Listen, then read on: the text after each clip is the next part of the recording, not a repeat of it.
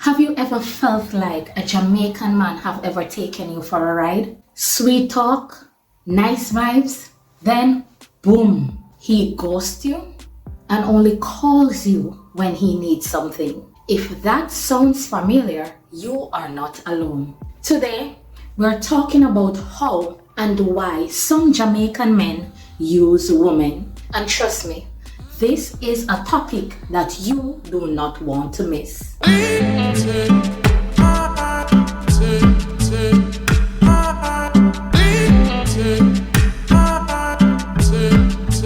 Now, before all of the man them or anybody come for me, let us all be clear.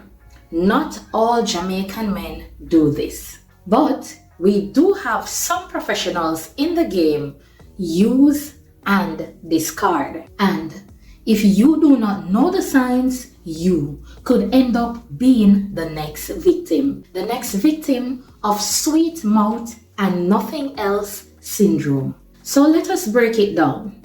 Why do some Jamaican men use women and how do they do it? Number one, the what can you do for me mentality. Some Jamaican men enter the relationship with an agenda. They're not in it for love, they're in it for the benefits. Money, food, a place to stay, or even a visa. For example, when you met him, things are sweet, things are going well, but after a while, he's always short on cash, needing a favor, or expecting you to hold things down while he is still sorting himself out. So, some men, they do enter the relationship just to see what it is that you can do for them. So this is one way of using you.